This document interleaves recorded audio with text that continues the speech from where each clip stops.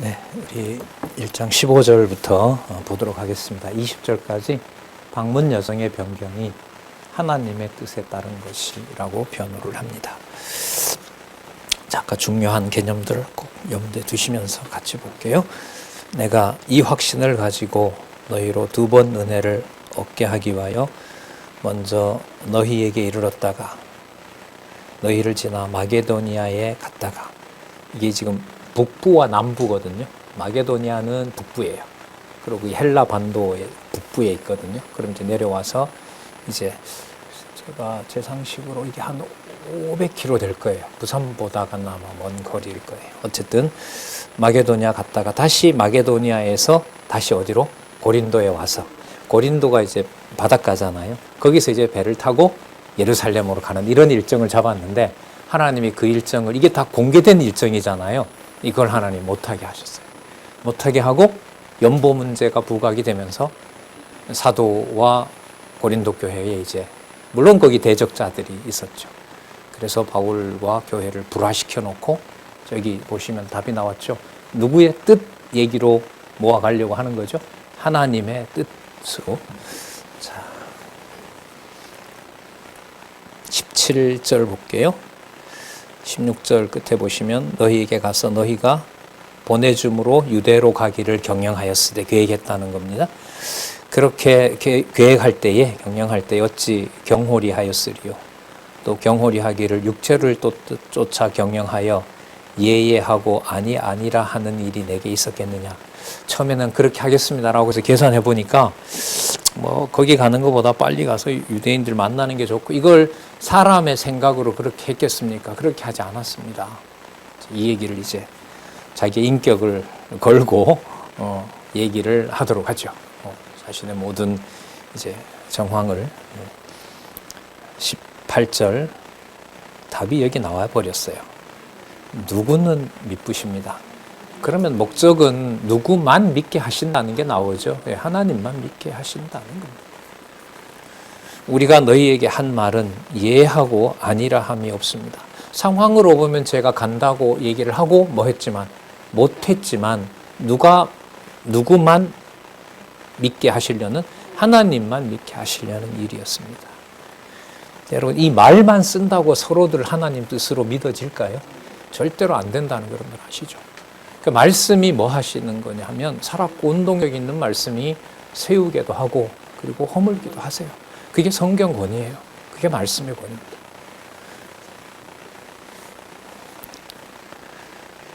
우리가 너희에게 한 말은 예하고 아니라 함이 없습니다. 19절 우리 곧 나와 실로하노와 디모데로 말미암아 너희 가운데 전파된, 무엇이 전파됐나 볼까요? 하나님의 아들 예수 그리스도. 자, 그러면 아까 예수 그리스도의 고난이 나왔죠.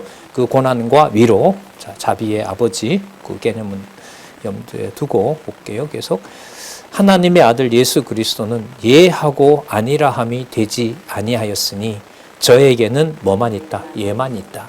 사람들이 예수님 보고 당신 왜 그런 거짓말 하느냐, 왜 그렇게 말해야지 이렇게 말하느냐라고 했을 때, 그리스도는 오직 누가 주시는 명령만 한다고 얘기했죠. 그리고 누가 증인이라고 얘기를 했죠. 하나님이 증인이다. 그러니까 그 똑같은 일을 하나님께서 성령 충만으로 그리스도에게 하신 것처럼, 그리스도가 약속하신 성령이 오셔서 누구로 하여금 바울 사도와 또 고린도 교회 성도들이 누구만 의지하도록, 그러니까 사람들 뜻으로는 뭐하게 보이는 게 서로 안 맞고 약속을 어긴 것 같고 저 어떤 사람 주도로 해나가는 것 같고 그렇게 하지만, 그렇게 됐을 때 만약에 말씀이 바탕이 안 되면 여러분 보시는 한국교회나 유럽교회가 되는 겁니다.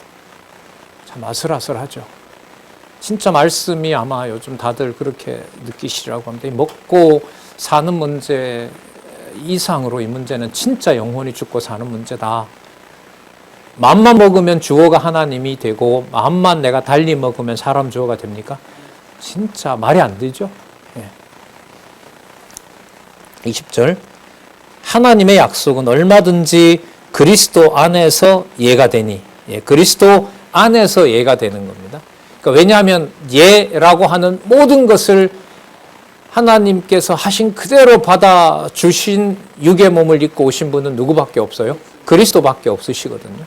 자, 그럼 그리스도 안에서만 무엇을 깨달을 수 있어요? 하나님이 정하신 대로 된다는 게 믿어지니까요.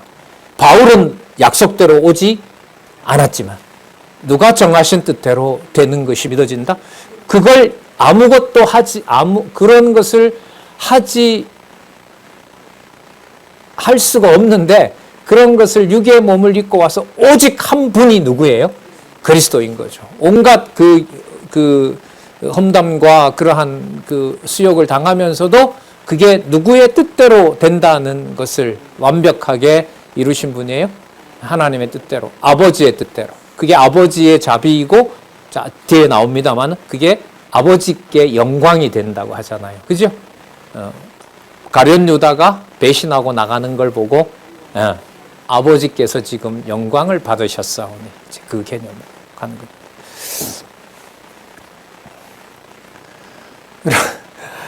이런 말씀이 믿어져서 이 지상의 가정교회에서부터 이런 진리의 토대와 이런 양육이 일어날까요? 이제까지 우리가 인간적으로 좀 후회하는 차원이라면 앞으로 이 교육이 됐을 때 가정에서부터 그게 1살이든 2살이든 6살이든 이렇게 자라가면서 이 말씀이 그대로 인간들의 엄마, 아빠 혹은 할아버지, 할머니들의 약속 위반을 보면서 하나님의 뜻대로 해나간다라는 게 여러분 이루어질까요, 앞으로? 믿음이 없으면 안 이루어져. 약간 부정적으로 권사님 말씀하시는데 여러분 어쨌든 이 길이 뭐예요? 열렸다는 거예요. 성경신학으로. 그죠? 과거에 전혀 이런 얘기 우리가 서로 해보질 않았잖아요. 네? 확인할 수도 없었고. 네? 그래서 확인하고 가르치게 하고 기록하게 하고 또 불태워야 된다는 얘기도 나오게 하고 진짜 이게 진리가 맞는지 또 확인하게 하고 다시 성경의 권위로 돌아온 지금 40년 이상의 이 말씀 운동의 역사. 여기서부터 놓여지는 토대. 그리고 지금은 수십 명, 저만 가까이 있는 분들도 수십 명의 동력자들이 어떤 특정한 그룹이 아니라 함께 성경을 안내할 수 있는 자들로 지금 하나님이 채워주신 이 충만한 상황. 하나님 여기서 이제 고린도 교회, 예루살렘 교회가 연보받은 거에 비교하겠습니까? 이 복음의 역사를 하나님께서 좀 허락해 주십시오. 이건 기도 간절하네요. 볼수록 그래요. 자, 얼마나 참 단단하겠어요. 예하고 아니라 함이 되지 아니하였으니 저에게는 예만 되었느니라. 그러면 누구의 뜻대로 된 것만 생각하는 거죠. 아버지의 뜻대로. 자, 그래서 20절. 하나님의 약속은 얼마든지 무엇이라도 누구 안에서? 그리스도 안에서 예가 됩니다. 그리스도 밖에서는 아니에요. 안 믿어져요. 그러면 안 되지 사람이. 이렇게 나오잖아요 우리가. 이가 되나니 그런즉 그러 말미암아 우리가 당연하죠. 뭐 하는 거죠? 아멘. 그렇죠. 그리스도 안에서 하나님의 정한 뜻이 이루어진다는 것이 믿어졌을 때 어떤 찬양을 해요? 아멘. 그렇게 하는 거죠. 뜻이 정하신 대로 이루어진 겁니다.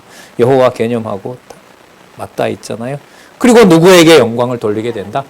영광이 나오네요. 아까 우리 가룟 유다 얘기했잖아요. 아버지요, 뭘 받으셨사오니? 예, 누구 뜻대로 된 거니까. 자기는 뭐 당하지만 배신 당하죠. 자기는 팔려서 배신 당하지만 그게 누구의 뜻대로? 아버지 뜻대로 예스, 아멘. 그러니까 누구에게 영광이 된다? 하나님께 영광이 된다.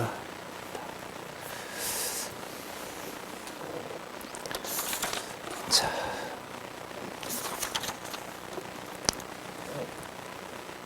여러분 아까 우리 지금까지 공감하셨는데 아까 제가 인간적으로 이렇게 질문을 드리면 사람이 그 일이 안 돼요라고 우리 얘기했었잖아요. 그죠? 그럼 제가 아까 그런 질문을 드렸죠. 이게 도대체 앞으로 이 세상에서 이루어질 거라고 생각하세요? 이렇게 제가 질문을 드린 이유가 이거는 사람이 할 수 있는 일이 아닌 거죠. 하지만 뭐 해주신 거예요? 지금 알려주신 거잖아요. 그럼 이 일을 누가 하신다는 약속이 되죠? 그게 그 다음 나와요. 이렇게 연결이 돼요. 보실래요? 21절 보세요. 우리를 너희와 함께 누구 안에서? 당연하죠. 그리스도의 고난, 그리스도의 위로, 자비의 아버지, 그리스도 안에서 뭐 하게 하시고? 아까 고린도전서 1장 몇 절이 요 절이었죠? 8절 맞죠? 1장 6절에도 나오고 8절에도 나오고 계속 지금 이어지는 거예요. 그러니까 경고케 하시고 우리를 기름 부으시니, 이 기름 부으신 거는요, 하나님께서 성령을 통해서 각자에게 소명을 주셨다고 보시면 돼요. 예. 자, 기름 메시아가 하나님의 기름 부음 받은 자잖아요. 자, 하나님의 성령이 임하셔서 각자에게 주신 소명, 하나님 자녀된 사건, 그리스도 안에 들어있다는 확증, 이게 바로 기름 부으신 거라고 보면 되고요. 기름 부으신 이가 누구라고 그래요?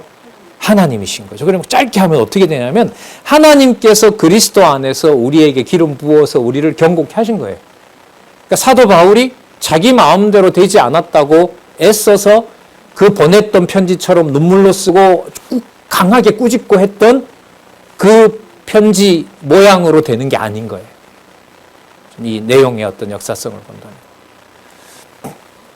하나님이 주신다는 거고. 22절 볼게요. 그럼 하나님이 어떻게 주시느냐? 그 다음에 나옵니다.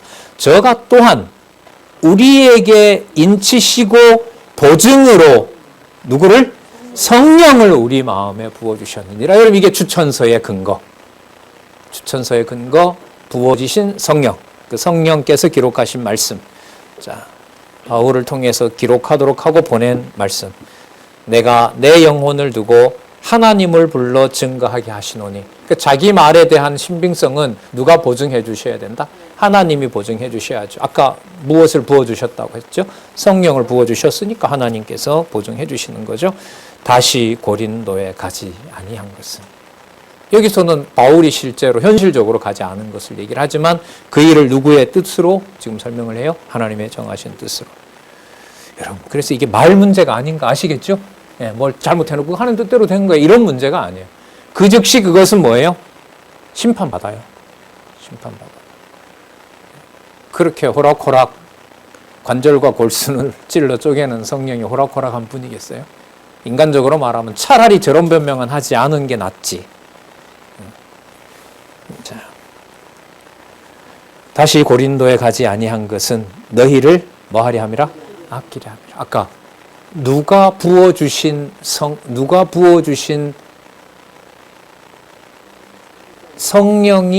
성령을 보증으로 부어주신 바로 그걸 그대로 하나님 앞에서만 그 일이 일어난다는 것을 깨닫게 하기 위해서 사도 바울을 보내지 않으신 거죠. 너희를 아끼려 함이라. 그리스도 안에서 함께 견고하게 되도록 사도 바울이 자신이 손을 쓸 수 없도록 한 거죠. 기록으로 보면 두 번째 그 편지 나중에 보냈던 편지 나중에 변명하잖아요. 그 편지 보냈던 게 여러분들을 근심하게 했는데 하나님의 뜻대로 하는 근심이 되어서 다행입니다. 이런 말입니다. 자, 그건 뒤에 나옵니다. 계속 이 연결이 됩니다. 23절 볼게요. 내가 내 영혼을 두고 하나님을 불러 증거하게 하시노니 다시 고린도에 가지 아니한 것은 너희를 아끼려 함이라. 24절 우리가 너희 믿음을 주관하려는 것이 아니요. 주관할 수 없죠. 아까 성령께서 하신다고 했으니까. 오직 너희 기쁨을 돕는 자가 되려 함이니 이는 너희가 어디에 섰다? 자, 이런 말이죠. 바울의 글에 선 것이 아니라 성령께서 부으신 성령이 인치신 어디에? 믿음에 섰다. 그러면 로마서에 나오는 믿음의 말씀하고 같이요. 로마서의 믿음은 뭐와 반대다? 행위. 인간적인 어떤 것을 배제한 개념이 바로 믿음이다. 자, 그럼 이는 너희가 어디에? 바울의 얘기에, 바울의 권위에 선 것이 아니라 어디에 선 것이다? 믿음에 선 것이다. 자, 너희 기쁨을 돕는 자가 되려 함이라. 오해를 받더라도 가지 않은 이유가, 그러니까 바울은 가고 싶었는데 가지 못했던 거죠. 그런데 그걸 누가 하신 것으로 깨닫게 되죠? 하나님이 하게 하신 것으로 깨닫죠? 그리고 깨달은 바를 누구에게? 같은 하나님을 고린도 교회에게 지금 이 편지로 소개하고 있는 겁니다. 그러니까 이런 어떤 순서와 오해가 풀어지는 과정들, 풀리게 하는 방법들, 이걸 전부 하나님께서 준비해 놓은 시간과 장소나 여건을 따라서 주관해 가시는 거죠. 근데 그 모든 경우에 바울이 보내는 말씀을 안 받아들이고는 다른 어떤 문제가 수습이 될까요? 안 될까요? 안 돼요.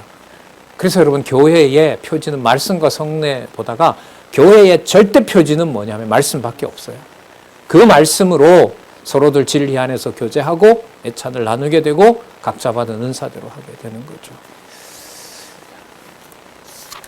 자, 그래서 큰 환난 중에도 애통한 마음으로 여러분들에게 제가 그때 그 편지를 보냈는데 그 편지에서 책망도 하고 울분을 토하기도 하고 울기도 하고 그렇게 했는데 그게 바로 여러분들에게 하나님께서 가지 못하게 하시고 누구만 의지하도록 하나님만 의지하도록. 그래서 요 다음에는 어떤 개념이 이제 더 다시 소개가 되냐 하면 고린도전서 13장에 나왔던 무엇이 없으면 아무것도 아니다. 다시 여기서 아까 우리 아버지의 자비하심으로 시작했죠. 그죠? 지금 요 설명을 하고 2장에 가서는 무슨 개념을 쓰느냐? 사랑이라는 개념을 써요. 이렇게 연결 안 하면 안 돼요. 꼭 이렇게 연결하면서 탁탁 떨어져야 되는 거잖아요. 볼게요. 2장 1절에서부터 4절. 큰 환난 중에서도 여기 나오네요. 수신자에 대한 무엇을? 사랑. 예, 아가페죠. 볼게요. 내가 다시 근심으로 너희에게 나아가지 않기로 스스로 결단하였으니 내가 너희를 근심하게 하면 나의 근심하게 한 자밖에 나를 기쁘게 할 자가 누구뇨. 23절. 내가 이같이 그같이 이렇게 번역하셔도 돼요. 내가 이같이 쓴 것은 내가 갈 때에 마땅히 나를 기쁘게 할 자로부터 도리어 뭐하게? 근심을 얻을까? 막 화가 나고 감정이 격해해서 와보세요. 성도들이 평안이 깨지는 거잖아요. 그리고 잘못한 터라 야단을 맞아야 되는 사람 입장에서는 뭐예요? 진욱이 들어있을 것이고. 그런데 사도 바울도 보니까 그 편지 보냈던 대로 감정이 격해 있고 그렇게 하지 않은 하나님께 감사한다는 거예요. 바울이. 그렇게 됐을 때 누가 좋아하겠느냐? 자, 꼴 좋다. 결국 바울과 저렇게 따라서 공부하는 사람들이 함께 하던 자들이 서로 저렇게 물고 뜯는구나. 대적자들밖에 좋아할 사람들이 없지 않느냐. 또 너희 무리를 대하여 나의 기쁨이 너희 무리의 기쁨인 줄 확신함이라. 내가 큰 환난과 애통한 마음이 있어 많은 눈물로 너희에게 썼노니 이는 너희로 근심하게 하려는 것이 아니요 오직 내가 너희를 향하여 넘치는 무엇이 있음을 사랑이 있음을 너희로 알게 하려 함이라. 여러분 이 쓰고 갈 수 없었던 바울의 몸부림도 여러분 얼마나 컸겠어요. 그죠? 예. 뭐 일일이 지금 보고 다 받았고 누가 문제이고 그 사람이 어떤 사람인지 정확하게 가서 자신이 그냥 탁탁 처리하면 다 수습할 것 같은데 일체 하나님이 갈 수 없도록 꽉 묶어버린 거죠. 그리고 누구 이름을 남게 해요? 여호와 하나님, 아버지, 그리스도 이 말씀이 딱 남게 하는 거죠. 내가 너희를 향하여 넘치는 사랑이 있음을 너희로 알게 하려 함이라. 자, 그래서 근심하게 한 자 얘기합니다. 우리를 근심하게 한 그 자를 무엇으로? 사랑으로. 우리가 몰랐을 때 그리스도를 대적하고 또 유대인들 중에서는 또 일부 또로온 자들도 있지만 또 대적하는 자, 그 경우로 생각을 하면 하나님께서 자비하심으로 우리를 하나님의 교회를 핍박하던 나를 하나님의 일꾼으로 세워주신 것처럼 그에게도 우리는 하나님의 자비가 임하기를 그에게도 베풀어 주기를 원하는 겁니다. 근심하게 한 자가 있었을지라도 나를 근심하게 한 것이 아니요 어느 정도 너희 무리를 근심하게 한 것이니 어느 정도로 하면 내가 너무 심하게 하지 아니하려 함이라. 자, 그 밑에 해석을 해놨죠. 분리된 일부분을 제외하고는이라고 번역된다. 자, 뭐 누군지는 여기서 밝히고 있지 않지만 그 주석 한번 볼게요. 8474 첫 번째 줄에 보면 고린도 전체 형제들로부터 분리되어 나간 일부분을 제외하고는 바울 자신을 근심하게 하지 않았다는 뜻으로 말하고 있다. 다시 말하면 바울은 자신을 근심하게 한 자들이 고린도 교회 전체 형제들이 아니라 형제들로부터 일부 분리되어 떨어져 나간 자들이라는 사실을 밝혀준다. 자, 그러면서 이런 사람들이 많은 사람들에게 벌받는 것이 족하도다. 자, 어떻게 보면 이 말씀에서부터 멀어진 그 자들이 이미 심판을 받는 거죠. 그러니까 여러분 이렇게 보시면은 오늘도 이제 확증을 할 수가 있는데 전한 말씀이 믿어지고 믿어지지 않고가 보통 일입니까? 어마어마한 일입니까? 그렇죠? 네. 성경 권위에 복종하는 교회냐 아니냐는 이거는 뭐 진짜 천국과 지옥 문제입니다. 그리고 눈에 들어오고 머리에 이해가 된다 하더라도 그것을 오직 하나님만 의지하는 진짜 생명의 말씀으로 믿어지도록 하시느냐, 성령의 열매를 맺게 하시느냐, 그것도 전적으로 누구의? 하나님의 은혜로 된다는 사실을 또 한번 확인할 수가 있습니다. 7절 그런즉 너희는 차라리 저를 뭐하고? 용서하고 뭐할 것이라? 위로할 것이라. 여기서 그 사람의 행위에다 초점을 맞추면 이런 말이 가능할까요? 아니, 아까 누가 하신 일로 이게 보여주셔야 돼요. 하나님의 뜻대로 된다는 것을 믿어지게 해주셔야죠. 제가 너무 많은 근심에 잠길까 두려워하노라. 차라리 교회에서 그냥 정죄해서 쫓아내버리게 되면 하나님이 택한 백성일 경우에는 성도들이 하나님의 자녀 되는 것을 뭐한 일이 돼요? 회방하는 일이 되거든요. 그러니까 세상에서 그런 말 하잖아요. 우리도 조금 새겨서 듣는다면 넘지 말아야 될 선, 성도로서 넘지 말아야 될 선, 그런 지혜가 우리 선배들에게는 진짜 꼭 필요하죠. 자, 말씀을 통해서 아주 예리한 선들이 그려지고 있어요. 하나님께서 이걸 딱 잡아주셔야 그 선을 넘지 않는 것이지. 9절 볼까요? 너희가 범사에 순종하는지 그 증거를 알고자 하여 내가 그것을 너희에게 썼노라. 그때 내가 가지 않고 그렇게 쓴 것이 함께 여러분들과 제가 악하게 한 그 사람을 뭐하고? 용서하고 더 나아가 뭐까지? 위로까지 할 수 있는 마음을 여러분들과 제가 가지고 있는지를 알아보기 위해서 또 그런 마음으로 제가 그때 편지를 썼습니다. 그래서 이게 나중에 하나님의 뜻대로 하게 한 근심이었다. 그러니까 바울의 어떤 감정을 풀거나 오해를 푸는데 목적이 있는 것이 아니라 바로 하나님을 보게 하는 거죠. 어떤 상황에서? 서로 뭐 하는 상황에서? 근심하는 상황에서. 근심하는 상황에서 하나님의 이름을 부르게 합니다. 여러분, 이 내용이 너무너무 풍부하게 나온 부분이 있어요. 시편 3편에서부터 89편이에요. 뭐 중에 누구 이름을 부르게 해요? 환난과 시련과 대적자들 가운데 두고 누구 이름만 부르게 했죠? 여호와 이름만 부르게 하는 게 시편의 신실성 강조예요. 3편에서부터 89편 내용이죠. 어마어마한 두께로 무게되어 있습니다. 자, 그 바탕까지 깔리면 진짜 너무너무 이 말씀이 더 분명해지겠죠. 너희가 읽었고요. 10절 중간에 나도 그리하고 내가 만일 용서한 일이 있으면 용서한 그것은 너희를 위하여. 그 다음 답이 나와요. 어디 앞에서 한 것이라고요? 10절 끝에 보면 10절 다시 볼까요? 너희가 무슨 일이든지 네게 용서하면 나도 그리하고 내가 만일 용서한 일이 있으면 용서한 그것은 그 너희를 위하여. 누구 앞에서? 그리스도 앞에서 한 거죠. 그리스도 앞에서. 바울이 용서한 게 아니고요. 그러면 내 마음에 들든 안 들든 그리스도 앞에서라는 것은 무조건 인정해줘야 되는 거예요. 그가 듣고 안 듣고는 그야말로 누가 하시는 일이니까. 그러니까 공적으로 그 사람을 정죄하거나 판단하지 않겠다는 거예요. 교회를 위해를 가했다 하더라도. 그래서 그 판단은 누구 앞에서? 그리스도 앞에서. 예.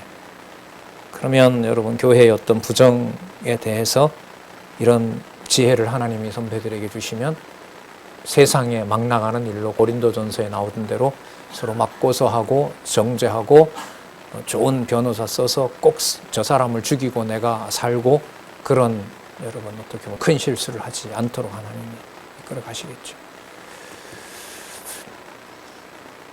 11절 이는 우리로 누구에게? 사단에게 속지 않게 하렵니다. 명백하게 저 사람이 원인이에요. 그러면 누굴 없애면 문제가 해결될 것 같아요. 우리 볼 때는 저 인간을 없애면 돼요. 근데 사단이 그걸 노리고 있는 거예요. 왜? 교회가 뭐 해야 되니까? 분열이 돼야 되고 그리스도의 지체들이 뭐 해야 되니까? 서로 흩어져야 되고 잘려야 되니까. 잘려 나가야 돼야 되는 거니까. 이 영적인 전쟁인 거죠. 자, 우리가 그 괴계를 알지 못하는 바가 아니로다. 자. 그리고 세우는 것과 세우지 않는 것이 하나님에게 있기 때문에 우리가 그 사람이 교회에 덕이 되지 않았다고 해서 하나님의 교회를 세우는데 해를 가했다고 해서 우리가 그 사람을 뭐 하지 않는다? 정죄하고 심판하지는 않는다. 누가 그렇게 하느냐? 하나님의 말씀, 진리의 권위가 그렇게 한다. 그게 그 다음에 나와요. 답이 그냥 정확하게 사태의 심각성을 끝까지 가고 누구 중심으로 모으고 하나님 중심으로 모으고. 자, 볼게요. 2장 12절에서부터 17절. 각 처에서, 그러니까 선한 자도 있고 악한 자도 있는 각 처에서 누구의 향기? 그리스도의 향기를 나타냄을 감사하며 경외합니다. 그러니까 넘어지고 세우고 하는 것에서 사람을 보는 것이 아니라 누구를 봐요? 그리스도의 향기, 말씀이죠. 하나님의 말씀이 그렇게 하신다는 것을 깨닫게 됩니다. 내가 그리스도의 복음을 위하여 드로아의 이름에, 여기는 여러분 아시아 반도 끝부분이거든요. 유럽으로 넘어가는. 자, 이름에 주 안에서 문이 내게 열렸으니. 자, 갔는데 복음 전하는 일이 생긴 거예요. 자, 그런데 또 문제가 뭐냐면, 그러면 복음 전하는 상황이면 뭘 전해야 되겠어요? 복음을 전하면 되겠죠. 그런데 하나님이 고린도 교회 쪽으로 마음을 돌려요. 보냈던 디도가 오질 않아요. 이게 맞아 죽었는지, 뭐 어떻게 됐는지, 고린도 교회 성도들이 뭐 잡아두고 있는지, 도저히 여기 드로아에서 뭘 할 수 없어요? 강론을 할 수가 없어요. 그래서 그 다음 보세요. 내가 내 형제 디도를 만나지 못함으로 내 심령이 편치 못하여 저희를 뭐하고 작별하고. 드로아 성도들한테 말씀 못 전하겠습니다. 너무 마게도니아로 제가 가야 되겠습니다. 드로아 성도들로 보면, 인간적으로 보면 실망이 크겠죠. 복음 전하러 와야 되는데. 제가 어느 지역에 전하러 가서 어떤 상황이 죄송합니다. 여기서는 강론 못하고 제가 가야 되겠습니다. 이거는 변명하기가 참 힘든 상황이죠. 이런 일정을 누가 조율을 하셨다는 거예요? 이걸 어떻게 이걸 이해를 할 수 있겠어요? 사람의 마음으로. 변명으로밖에 안 들리지.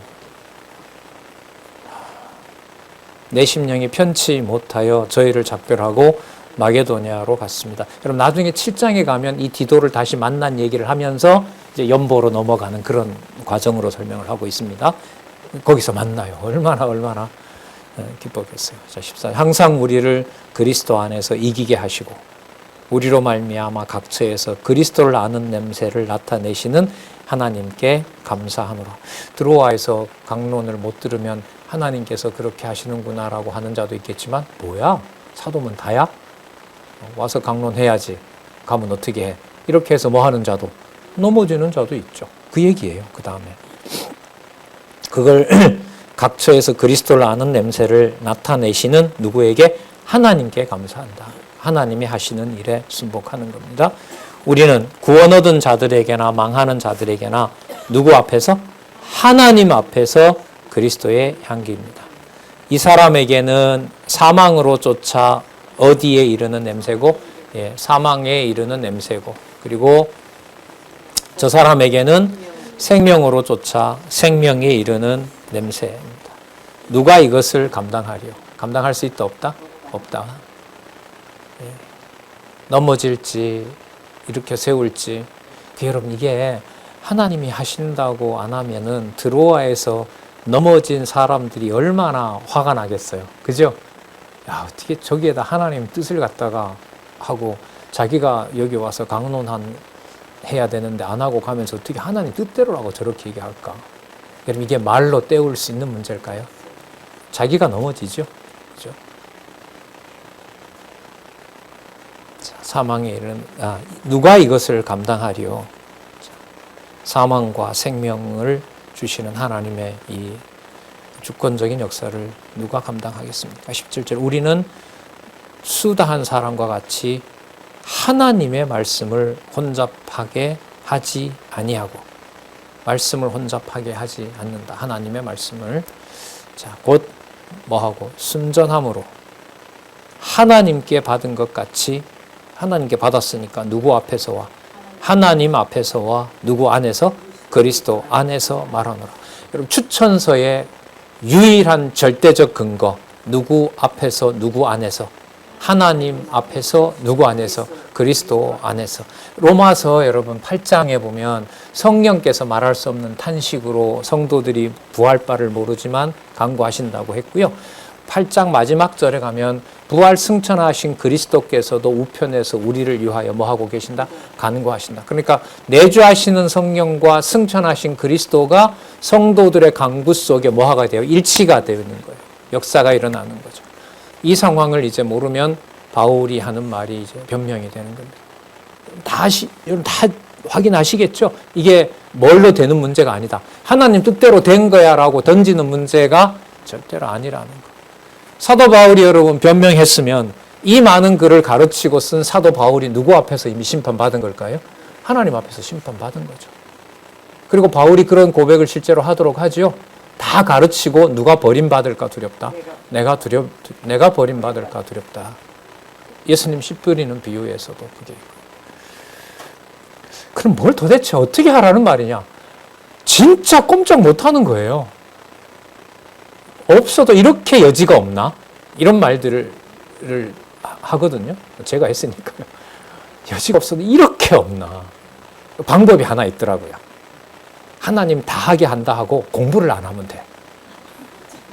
그렇죠? 그럼 정보가 없으니까 하나님 정한 뜻대로 된다 그러고 하나님이 그리스도 안에서 창세전 날 자녀 삼았다 하고 그 다음에 말씀 양육을 아무것도 안 받고 다 누가 한다고 하면서 살면 돼. 그렇죠. 그리고 다 뭐라고 막 성경을 강론 통째로 해주고 딱 듣고 있다 한마디만 하면 돼. 하나님 뜻대로 되는 거야. 뭐 그렇게 용 쓰고 날 가르치려고 해. 근데 여러분 이게 웃길 얘기가 아니라 이 역사가 말씀 운동의 강론집이 집필되면서 일어난 한편의 역사가 맞죠? 예. 남의 얘기가 아니더라고요. 그래서 이렇게 하나하나 너무 좋은 거예요, 요새는. 전체 보면서 말씀에 아까 우리 계속 1절부터 확인하잖아요. 그래서 어떤 분이 아프긴 많이 아팠는데 성경 볼 만큼만 안 아팠어요. 참 어떻게 저런 말을 하지? 저게 가능한 말이야? 너무 힘들고 너무 아팠는데 하나님 생각날 만큼만 혼미하더래요. 저게 가능한가? 감사하죠, 진짜. 하나님의 말씀을 혼잡하게 하지 아니하고 순전함으로 하나님께 받은 것 같이 하나님 앞에서와 누구 안에서 그리스도 안에서 말하노라. 그래서 여러분 아까 시작할 때도 그렇고요. 결정적으로 이 말씀이 말씀의 권위로 얘기할 때는 누구와 누가 같이 나와요? 성부와 성자 하나님의 권위가 같이 나오고 바울은 빠져나오고 바울을 세우는 성령이 강조되죠. 그래서 뭐예요? 이른바 영원하신 삼위 하나님의 계시의 말씀을 모든 사건에서 바울로 하여금 전하도록 해요. 이게 창세기에서 계시록까지예요. 그래서 그 전통 신학적인 명제를 쓰더라도 성경은 누구 계시가 맞아요? 영원하신 삼위 하나님의 계시가 맞는 거예요. 성령의 현 성취 사도행전에서부터 더 이제 이게 선명하게 드러나잖아요. 계시가 지금 맞서가니까. 계속 볼게요. 자, 그래서 이 향기는 바로 하나님께서 전달하게 하시는 거기 때문에 넘어지는 자와 사망과 영생에 이르는 자를 하나님이 주관하시기 때문에 제가 객관적인 증명서를 성도님들한테 드린다고 해서 그것으로 증명되는 게 아닙니다. 하나님의 뜻대로 됐다고 말로 때운다고 해서 제 변명이 되는 것도 아닐 뿐만 아니라 제가 치밀하게 그 일정을 다 소개한다고 해서 그 설명이 제가 여러분들에게 사도되는 것이 아닙니다. 누가 보증하십니다? 하나님 앞에서와 그리스도 안에서 되는 겁니다. 여러분 이게 교회의 권위예요. 처음에는 가정교회라고 얘기하니까 전 가족이 다 똑같이 뭔가 다 믿어야 된다는 그거는 여러분 누구 중심이에요? 철저하게 내 중심이죠. 그게 아니고요. 보시는 것처럼 교회의 머리가 누구시라는 걸 확증해 주는 게 가정교회예요. 그러니까 태어나면서부터 말귀를 알아듣고 공부해 가면서 엄마, 아빠가 혹은 뭐 자식 혼자 교회 다닐 수도 있잖아요. 말씀 들을 수도 있잖아요. 그러면 가정교회를 소중하게 여긴다는 것이 우리 가정이 다 믿는다 이런 말이 아니에요. 누가 머리 되신 사실을 어떻게 보면 냉정하게 깨닫는 거예요. 그리스도가 교회의 머리 되신다는 사실을 이렇게 모든 정성을 다 쏟은 교육관계에서 그 모든 것들을 전부 하나님이 내려놓게 하면서 교회의 머리가 누구이시다? 그리스도이시다. 여러분, 가정교회의 진리는 우리가 다 믿어야 되는 거고, 이렇게 우리가 남남이 모여서 알고 믿는 것이 하나 되는 여기에만 그리스도가 교회의 머리 되신다는 거예요? 아니잖아요. 교회의 머리 되시는 분이 그리스도라고 하는 사실은 어디에서도 그건 절대 진리인 거죠. 그래서 그리스도가 주인 되신다는 것을 혈육으로부터, 가정에서부터 깨닫게 되는 것이 가정교회인 거예요. 물론 우리 원대로 다 같이, 다 같은 방식으로 어느 누구보다가 우리 가족이 먼저 말씀을 듣고 교회에 좋은 역할을 하고 많은 연보도 하고 온 가족이 그렇게 살면 얼마나 좋겠어요. 그것보다가 앞서는 것이 오늘 이 구조 보시잖아요. 연보를 연보답게 해줘야 뭐가 돼요? 화목제물이 돼요. 수목을 낸다고 되는 게 아니에요. 얼마나 철저하게 연보가 연보되도록 하나님이 관리하시냐 말이죠. 뭐 바울과 고린도 교회가 함께 있을 때 부모 아니겠어요? 부모와 자식. 근데 그걸 하나님께서 불화시켜 놓잖아요. 자, 그래서 3장에서부터 5장에 가시면은요, 볼까요? 여기서 뭐 하게 하냐면 변호하게 합니다. 그럼 이때 변호는 바울의 자기 변명이면 뒤로 돌아가 앞에 나온 말씀하고 맞아요? 안 맞아요? 안 맞죠. 그러니까 이 변호가 바울의 변호인지 아닌지를 딱 제목을 보고 알려면 어디에 있는 내용이 들어있어야 돼요? 1장과 2장 내용이 있어야 돼요. 그러니까 본문 공부를 해야만 돼요. 그렇게 안내하시는 분은 적어도 아까 우리 그래서 확인 그 공부 방법 해봤잖아요. 자비의 아버지 놓으면 안 되고, 또 확정을 지을 때 누구와 누구? 하나님 아버지와 주 예수 그리스도. 그죠? 그리고 바울은 뒤로 가고 누가 보증이 되어 주셨다? 성령이 보증되셨다. 그런 단락으로 이 단락들이 되어 있어요. 이것도 제가 좀 놀랐는데, 이 단락을 나눈 기준이 뭐지? 요약 분량인가? 이렇게 많이 하면 요약이 좀 안 되기 때문에 하는 그게 아니에요. 하나님 개념을 중심으로 그렇게 해간다. 자, 그럼 보겠습니다. 3장 1절에서부터 6절. 천거서가 필요 없이 영으로 새 언약의 일꾼임을 변호합니다. 자, 3장 1절 보겠습니다. 아까 2장 마지막 절에 누구 앞에서? 하나님 앞에서, 그리고 그리스도 안에서 확정하면서 우리가 다시 자천하기를 시작하겠느냐. 내가 이런 사람이다라는 걸 다시 또 증명을 해야 되겠습니까? 이런 말이죠. 우리가 어찌 어떤 사람처럼 천거서를 너희에게 붙이거나, 이게 여러분 추천서예요. 증명서 보내라는 거죠. 어디에서 목사 안수 받았고 어디에서 뭐 했고 증명서 가져오라는 거죠. 또 너희에게 맡거나 할 필요가 있겠냐. 그리고 또 내가 어디 갈 때 여러분들이 저한테 추천서를 받아야 되는 겁니까? 그 추천서도 받아서 다른 데로 가야 되는 겁니까? 이렇게. 자, 2절 답이 나와버리죠. 너희가 우리의 추천서다. 여러분들이 바로 추천서입니다. 그러니까 알고 믿는 것을 하나로 하나님 앞에서 그리스도 안에서 여러분들과 제가 지체가 되었고, 진리의 말씀이 여러분들을 깨닫게 하고 여러분들과 진리 안에서 교제를 했는데, 그걸 빼고 무슨 추천서를 받아옵니까? 여러분의 말과 제 말, 여러분들과의 사인과 제 사인이 우리를 객관적으로 만들어냅니까? 아니라는 거죠. 그걸 뒤에 가면 이제 어떤 말로 딱 정리를 해요? 의문의 법. 의문 앞에 수식어가 하나 또 붙죠? 죽이는 의문의 법. 문자 증명으로 사람에게, 성도에게 증명을 받아내는 것은 우리 기준으로 그 사람을 그리스도가 받은 증명서를 없애는 행위가 된다는 거예요. 말과 글로 어떤 사실을 판정해버린다는 것은. 너희가 우리의 편지라. 우리 마음에 썼고 무사람이 알고 있는 바라. 그 성도들이 다 알고 있는 바라는 거죠. 자, 3절 보겠습니다. 너희는 우리로 말미암아 드러난, 자기가 만들어낸 것이 아니라 드러난 성도로서 진리의 말씀을 전한 그것으로 드러난 누구의 편지? 누구의 편지요? 그리스도의 편지다. 그리스도의 편지. 그리스도의 편지라는 말은 그리스도께서 사도 바울을 하나님의 세운 자로 그리스도가 증명해 주신 추천서. 그게 바로 그리스도의 편지가 되는 겁니다. 자, 설명이 됩니다. 이는 뭐로 쓴 게 아니에요? 그럼 이거 문자 증명이 아닌 거죠. 자, 그 다음에 또 오직 살아계신 하나님의 영으로 한 거. 자, 처음으로 먹이 아닌 하나님의 영. 신비에 쓰는 거죠. 자, 돌비에 쓴 것이 아니라 어디에 쓴 거? 신비에 한 거. 신비에 쓴 거 두 개 나왔네요. 우리가 그리스도로 말미암아 하나님을 향하여 이 같은 확신이 있으니 우리가 무슨 일이든지 우리에게서 난 것 같이 생각하여 스스로 만족할 것이 아니니. 그러니까 바울 입장에서는 제가 보낸 편지가 한두 편입니까? 제가 누구보다가도 편지를 많이 보냈는데 그것이면 제가 사도라는 게 충분하지 않습니까? 라는 말을 하게 해요? 못하게 해요? 못하게 해요. 그래서 여러분, 이 저자는, 이 성경 강론 저자는요, 교회 개혁을 이런 면에서 보면 안 할 수가 없어요. 헌법으로 성도의 권위를 순서를 놓고 정의한다? 이 말씀하고 이게 맞겠어요?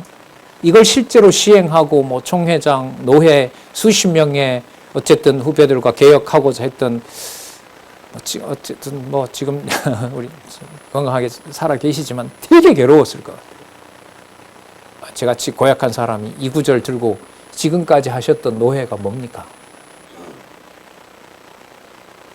본인이 먼저. 그래서 조금은 무리가 되지만 날짜를 더 늦출 수가 없어서 하신다는 거. 요즘 교회 개혁론 강의하시는 분들이라죠. 엄청 괴로울 겁니다. 자, 스스로 우리가 무슨 일이든지 5절 보세요. 우리가 무슨 일이든지 우리에게서 난 것 같이 생각하여 스스로 만족할 것이 아니니 우리의 만족은 오직 누구에게로?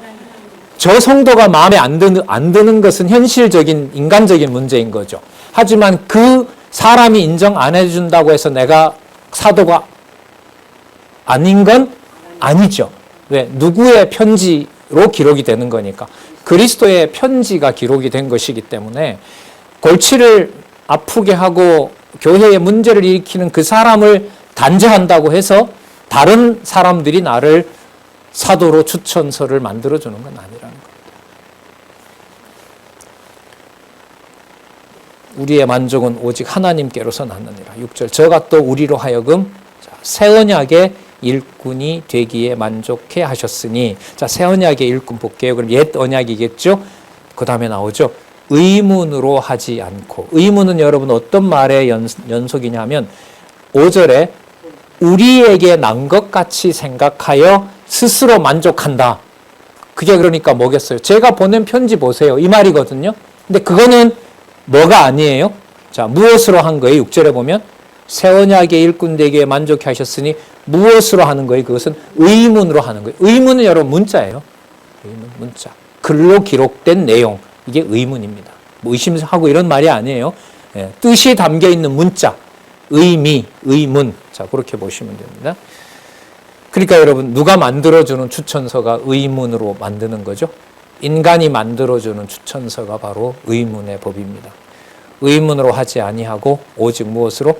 영으로 함이니. 여기 나와. 이게 강하죠. 의문은 뭐 하는 거예요? 죽이는 거예요. 당신이 사도면 추천서 내보내주세요. 보여주세요. 뭐 하는 거라고요?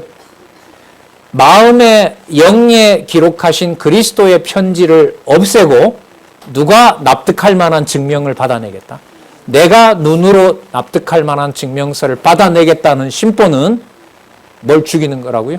성도의 영혼을 죽이는 거예요. 이른바 요즘 많이들 말하는 팩트, 객관적, 팩트 체크, 죽이는 겁니다. 교회는. 그것으로 확정을 해간다고 하면 수단은 낼 수는 있겠죠.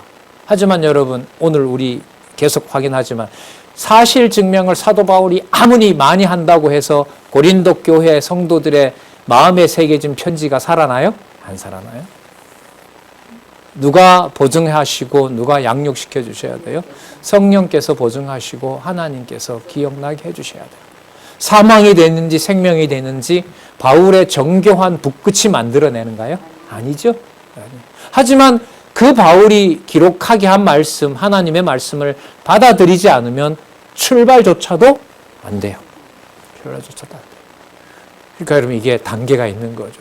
설립하게 해서 양육하게 하고 보게 하고 무장시키고 진리투쟁하게 하면서 천국의 확증을 하나님께서 해가시는 과정이 맞는 거죠. 그래서 사도행전부터 그 순서는 다시 저는 이번에 고린도전서 읽으면서 고린도전서가 이렇게 치밀하게 논리적인 어떤 통일성을 가지고 일관성을 가지고 있다면 다른 부분도 마찬가지지. 그런 확신이 또 오는 거예요. 의문으로 하지 않고 오직 영으로 함이니 의문은 뭐 하는 것이다? 죽이는 것이요. 영은 살리는 것입니다. 여러분 이 선택을 조심해서 문자를 딱 증명서를 냈고 내가 저 사람을 내 마음대로 판단하지 않겠다고 딱 조심을 하면 의문의 법에서 싹 벗어날 수 있을까요?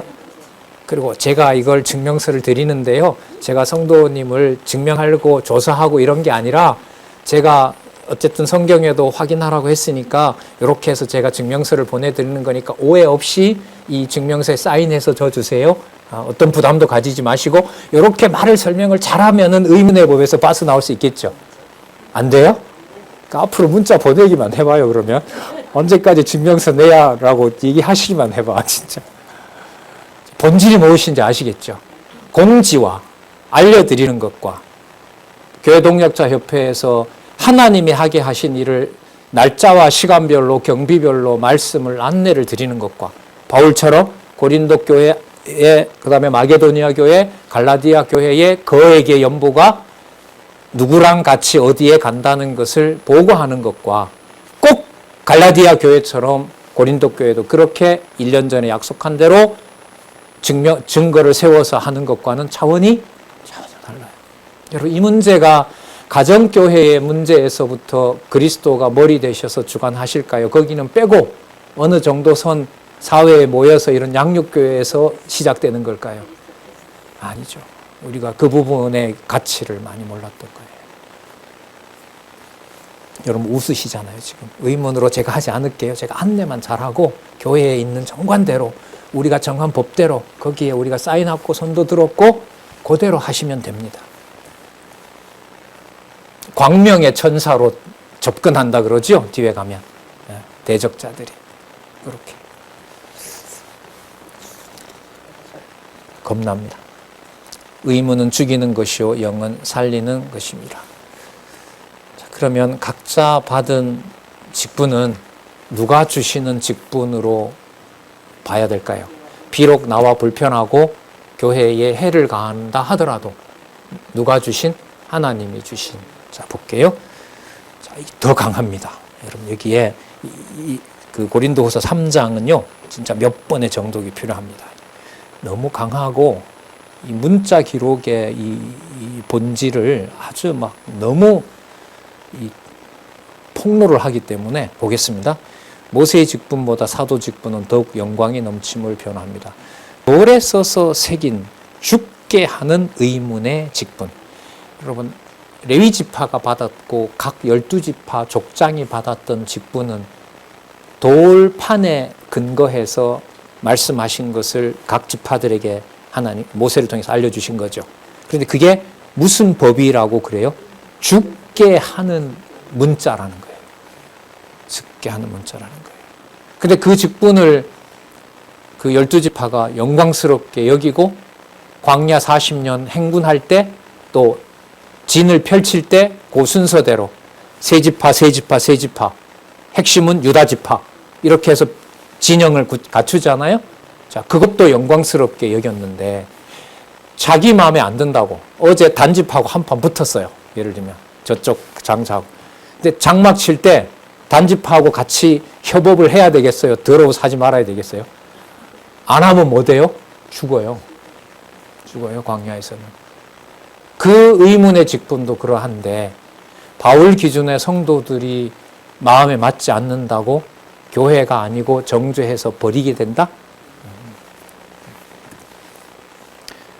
이게 진짜 가능하냐는 거죠. 야, 이런 세계가 가능한가? 돌에 써서 새긴 죽게 하는 의문의 직분도 영광이 있어 이스라엘 자손들이 모세의 얼굴에 없어질 영광을 인하여 그 얼굴을 주목하지 못하였거든. 자, 이건 여러분 죽게 하는 거였는데도 모세가 받았던 그 돌판의 영광도 그렇게 영광스러워서 사람들이 두렵고 떨었다면 8절 하물며 무슨 직분?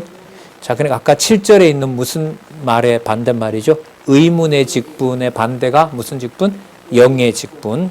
이 더욱 영광이 있지 아니하겠느냐. 자, 또 9번 무슨 직분? 아까 죽인다 했으니까 정죄의 직분도 영광이 있었습니다. 왜 정죄의 직분이냐면 그 율법을 가지고 영원히 살았습니까? 그 율법을 가지고 나라가 다 망해버렸습니까? 그 율법의 기준대로 어떻게 됐죠? 다 범죄하고 결국 망하게 된 거잖아요. 자, 정죄의 직분도 영광이 있은즉 반대말이죠. 의의 직분은 영광이 더욱 넘치리라. 영광되었던 것이 더 큰 영광으로 인하여, 앞에 영광되었던 것은 모세에게 드러났던 자 무슨 직분? 정죄의 직분, 의문의 직분도 그거였는데 이제는 더 큰 영광으로 인하여 이에 영광될 것이 없답니다.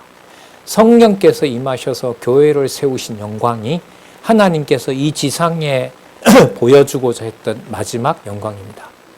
교회를 그래서 무섭게 여기서는 받아들일 수밖에 없습니다.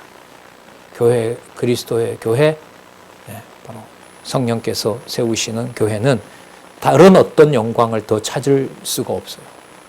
말씀도 완결됐고, 자 11절 없어질 것도 영광으로 말미암았은즉 뭐 할 것? 길이 있을 것은 더욱 뭐 가운데? 자 어디에 기록되어 있는 영광인 거죠? 신비에. 그러니까 여러분 객관적 증명 문화로 손익관계를 결정하는, 예를 들면 자본주의 사회의 계약서, 법으로 말하면 뭐 어떤 사실증명서, 이런 방식으로 주의 몸된 교회를 확인하려고 만약에 해간다면 교회 정관이나 어떤 법이나 이런 것으로, 그렇게 되면 이거는 어떤 법으로 교회를 죽이는 거죠? 의문의 법으로 죽이는 일이 됩니다. 여러분 그렇다고 해서 이게 낱말 이거 알았다고 모든 걸 싹 뒤집어 놓고 또 다른 제도를 이런 방식으로 만든다고 하면 될까요? 안 될까요? 안 되는 거죠. 그건 다시 자기 이런 걸 보고 자기 오리라 그러죠. 자기 모순에 처하게 되는 겁니다. 한번 우리 여러분 아까 직분은 지나왔지만 직분이 여러분 이게 전부 뭐냐면 디아코노스예요. 집사라고 번역되는 디아코노스를 말하는 겁니다. 자, 연보하는 거, 식사 대접하는 거, 교회 돌보는 거, 방랑자 챙기는 거, 고아들 챙기는 거, 그 모든 것을 성경에서는 디아코노스라고 합니다. 그 디아코노스 하는 분들이 오직 디아코니아 그 디아코니아를 진리 안에서 서로들 받은 바 직분대로 생활하는 그 모임을 뭐라고 그럴까요? 오이코스라고 합니다. 그걸 주도해 나가는 진리 안에서의 교제를 뭐라고 그럴까요? 그걸 코이노니아라고 얘기를 합니다. 그러니까 예를 들면 이렇게 되겠죠. 로고스 대신 그리스도, 본성이신 하나님. 그리고 그 그리스도가 할례의 수종자 대신 디아코니아. 그리고 그 환난에 성도들이 함께 동참하도록 하시는 디아코니아. 그죠? 그리고 디아코니아. 그리고 그런 분들이 함께 교제하는 코이노니아. 그런 코이노니아로 세워지는 하나님의 교회 오이코스. 이 핵심 개념들, 헬라어의 이 핵심 개념들, 이거는 뭐 전부 누구를 주어로 해서 설명이 된다? 여기에 사람 주어를 놓으시면 합니다. 로고스, 거기 어디 사람 여지가 있어요? 안 그렇습니까? 자, 디아코니아, 코이노니아, 오이코스, 이런 개념들. 자, 지금 나왔던 개념들을 하나로 정리를 좀 해보도록 할게요. 아까 먹으로 쓴 것이 아닌 무엇으로 쓴 거? 하나님의 영으로 쓴 거. 의문의 직분이 아니라 영의, 그렇죠, 디아코니아. 그다음 정죄의 직분이 아니라 의의 직분. 정죄하는 것이 아니라 칭의, 의의 직분. 자, 그다음에 돌비에 새기는 것이 아니라 어디에? 신비에 새기는 거. 죽이는 의문이 아니라 살리는 영. 자, 이렇게 굉장히 많이 강조하고 있는 거죠.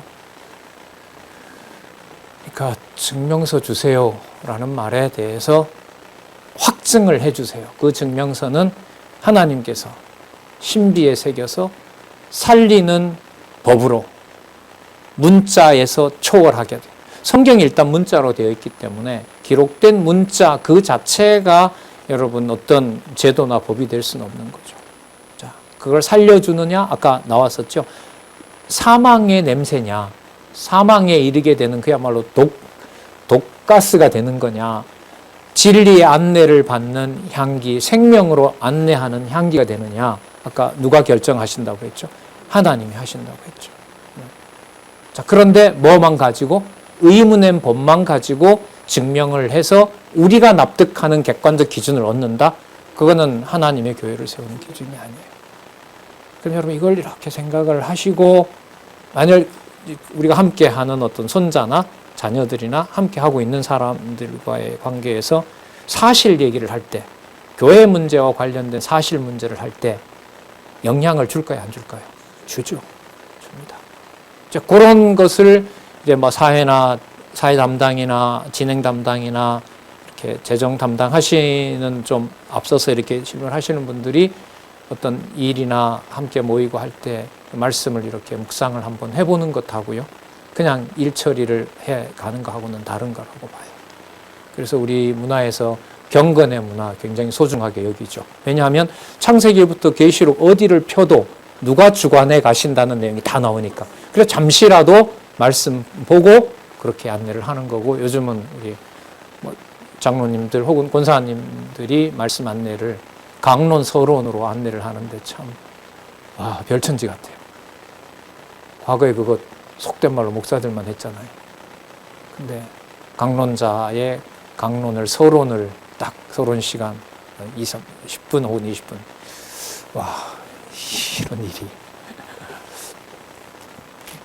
가정교회에서도 중학생 손자가 서론하고 아버지가 뭐하고 본론하고 할머니 할아버지가 결론 맺고 왜 같은 말씀이니까요. 예. 그러니까 그게 여러분 어떻게 보면 원하는 바는 교회라는 데서 이른바 양육교회에서 일어나는 일이 아니라 어디에서부터 되어 왔으면 좋을 것 같아요. 그렇죠. 거기에서부터.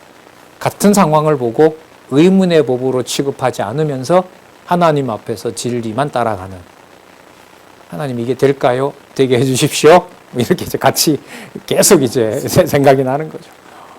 그러면 안 하게 하신다면 왜 주셨어요? 뭐 이런 방금까지 해주셔야 되는 거예요. 뭐 이렇게. 자, 보겠습니다.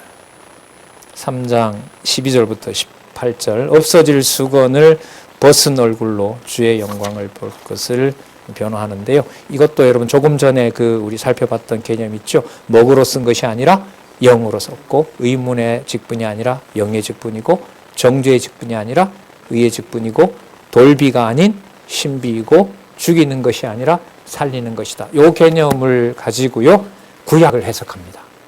구약을 해석하고, 아까 구약의 그 그림자 영광이 이제는 더 큰 영광으로 완성이 되었다. 그 완성된 실체가 어디에 있느냐? 성도들의 신비에 새겨진 누구의 편지다? 그리스도의 편지다. 추천서를 이런 식으로 이렇게 완벽하게 추천서가 뭔지 확인해 주는 말씀이 있겠죠. 예, 자꾸 격길로 가네요. 그래도 다시 돌아와야죠. 자,